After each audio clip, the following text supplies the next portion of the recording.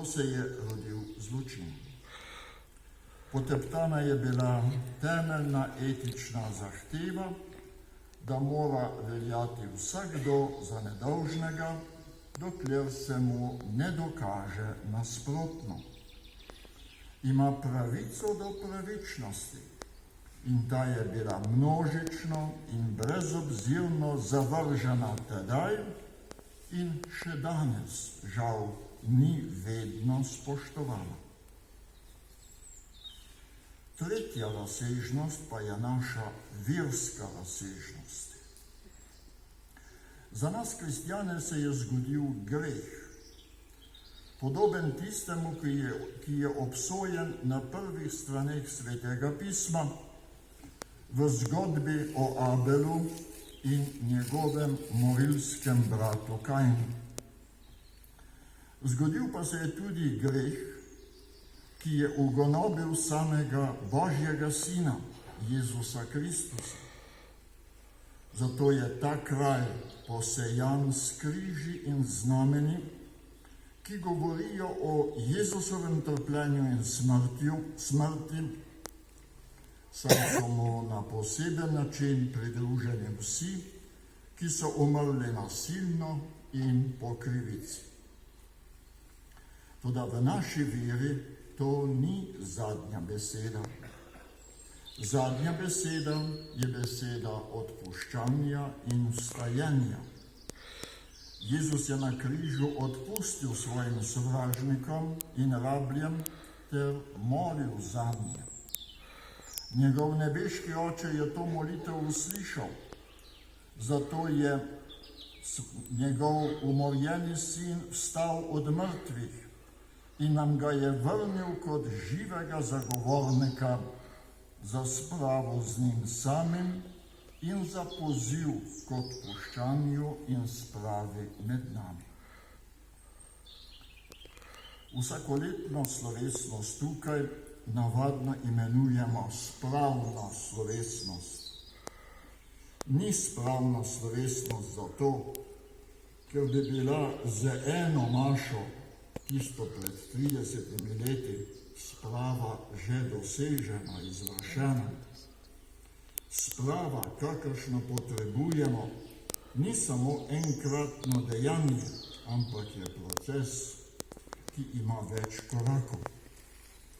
Naj naštejem samo 3, ki se mi zdijo najpomembnejši. Prvi korak je brezpogojna privrženost resnici. Resnico lahko poteptamo na 2 načina.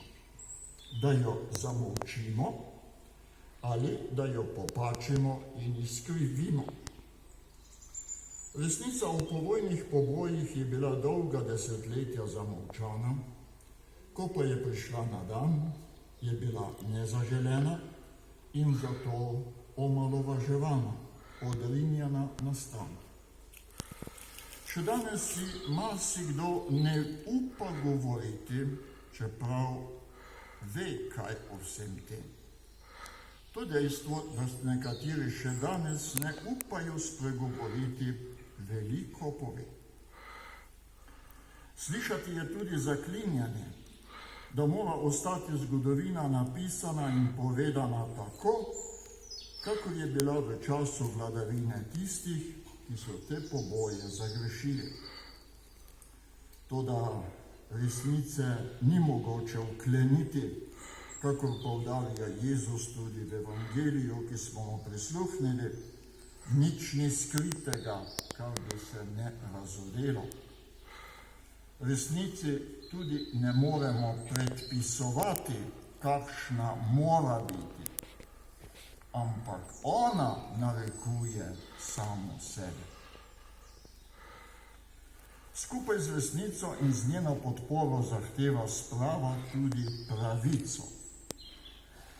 Ljudje, ki so našli svoje zadnje počivališče tukaj in v podobnih krajih po naši domovini, in njihovi svojci na popolno pravico še vedno čakajo. Tako dolgo, dokler zaradi teh zločinov ni nihče obsojen in je zelo ta molka tako učinkovita, da tisti, ki marsikaj vedo, si ne upajo spregovoriti, naša država še ni tisto, kar bi morala biti. Država obstaja zato, da svojim državljanom zagotavlja varnost, red in pravičnost. Vsak zločin pa poruši to varnost, red in pravičnost. Zato zločin mora biti obsojen, prav tako pa tudi ideologija, ki ga je narekovala. Tretji korak pa je odpuščanje.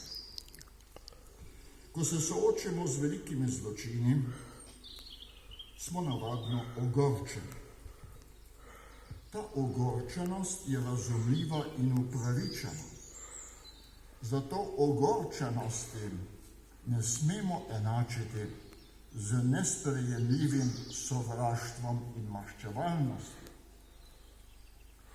Tudi zahteva po jasni obsodbi zločinov ne izhaja in ne sme izhajati iz sovraštva ali maščevalnosti, temveč iz potrebe po tem, da se moralni in pravni red, ki je bil z zločinom zrušen in poteptan, zopet vzpostavi in da zopet dobijo svojo polno veljavo sveta moralna pravila in načela pravičnosti.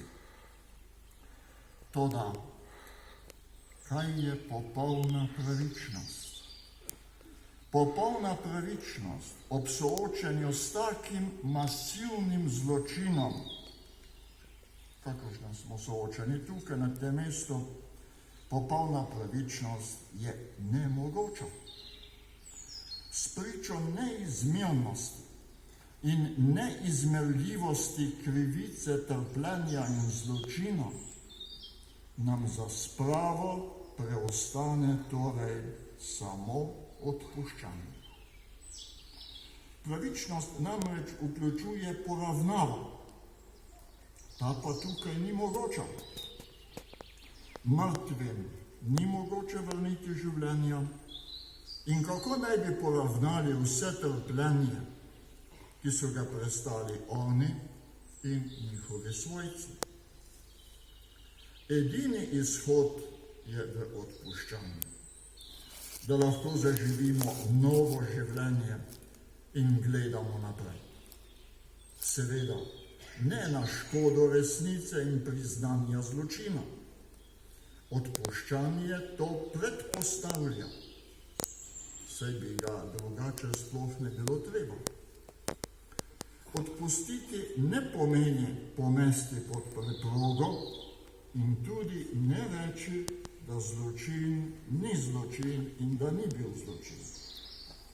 Pač pa pomeni odpustiti, odpovedati se vsaki maščevalnosti ter gledati naprej in ne nazaj. Kot nas tudi Jezus vabi, ko pravi, vsak, kdor prime za plug in se ozira nazaj, ni primeren za Božje kraljestvo.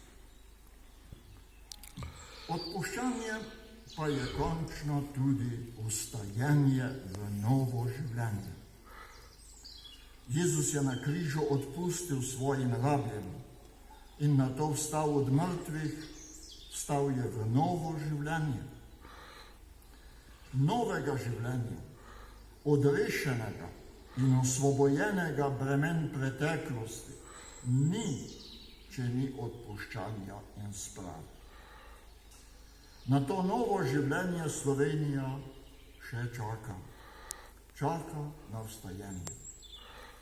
Dokler pa se bo med nami bohotila ideologija izključevanja in sovraštva, tudi razrednega in ideološkega, se bo tudi narodovo vstajenje v novo življenje, v medsebojnem spoštovanju in sodelovanju vedno znova odmikalo v prihodnost.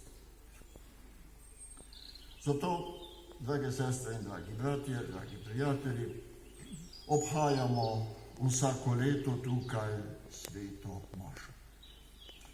Obhajamo spomin na najvišje dejanje sprave med Bogom in ljudmi, ki ga je izvršil Jezus Kristus svojo prostovoljno smrtjo na križu, na katerem je molil za svoje rablje in zanje prosil odpuščanje. S tem je izpričal najvišjo moč ljubezni. Pri vsaki sveti maši nas vabi, da ga posnemamo. Ta moč Božje ljubezni, ki izveni v odpuščanje in vstajenje v novo življenje, nas edina usmerja proti prihodnosti, resnični prihodnosti, prihodnosti vsakega od nas, prihodnosti naše narodne in politične skupnosti, pa tudi prihodnosti Božjega kraljestva med nami. Amen.